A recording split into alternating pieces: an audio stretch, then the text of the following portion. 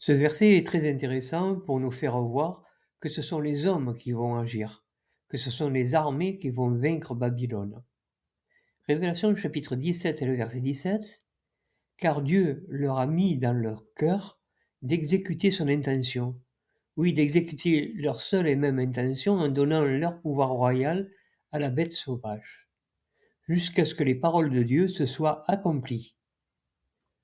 L'action de Dieu se voit par le fait qu'il met au cœur de détruire Babylone. C'est ce que les nations vont faire. Donc, pour comprendre l'action de Dieu, il nous faut regarder les hommes, leurs préparatifs à toute la réalisation de ces prophéties. Puisque c'est dans le domaine militaire, nous comprenons que nous pouvons voir ces préparatifs. Les médias relaient les informations et nous pouvons voir qu'actuellement, le monde parle beaucoup de guerre nucléaire. Le livre de la Révélation nous donne des précisions qui sont importantes, des indices qui nous permettent de saisir la réalisation des prophéties. Nous pouvons voir que ces choses vont se réaliser jusqu'à ce que les paroles de Dieu se soient accomplies.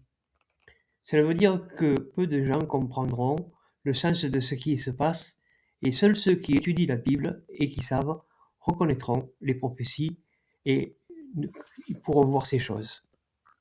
Il est évident qu'on ne peut pas s'empêcher de voir l'actualité, où les éléments de la prophétie sont rassemblés. Nous ne pouvons pas être aveugles sur ce point. Jésus a demandé de veiller et d'attendre ce jour de Dieu. Il n'est donc pas le moment de dormir puisque les éléments, les indices sont là. Le livre de la Révélation nous dit aussi « Heureux ceux qui lisent et qui voient ce qui se passe ». Il y a donc du bonheur à regarder le déroulement de ces prophéties. Nous comprenons que tout est écrit à l'avance et rien de surnaturel ne sera visible. Beaucoup dans leurs vidéos font voir des monstres, des bêtes, ce qui peut nous induire en erreur, car il faut bien comprendre que ce sont des hommes. Il y a des actions, des hommes.